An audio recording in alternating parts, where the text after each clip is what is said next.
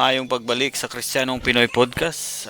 Diin nato tukion ang pagtuo og praktikal nga kinaadman karong adlaw ngano ang ebanghelyo mao ang kalinaw ug gugma.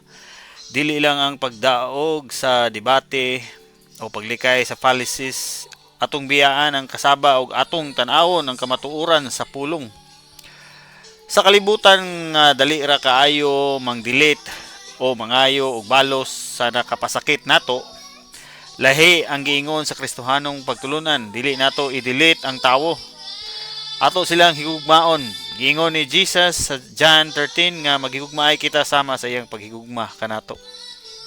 Dili lang kini pagbati, kundi usa ka paningkamot nga tratuhon ang uban nga may dungog ug pag-atiman bisan pa sa atong kalainan. Ang tinuod nga pagtuo magsugod sa kausaban sa unahuna, pagbag-o sa imong pananaw sa kalibutan ug sa imong kaugalingon. Kung undang naka sa pagpanghambog sa uban ug magsugod sa pagpangita nga dili mapalit sa kwarta o gahom, hinumdumi ang pag-ampo dili permi bahin sa pagkuha sa gusto nimo, kundi bahin sa Dios nga mag-usab sa imong kasing-kasing aron mahimong matinud-anon ug abli.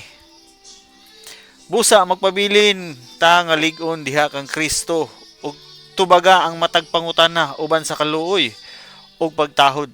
Ayaw i-erase, i-embrace lang.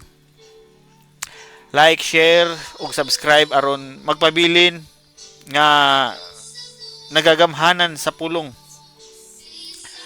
Pagampo nga panalangin kamo sa Dios.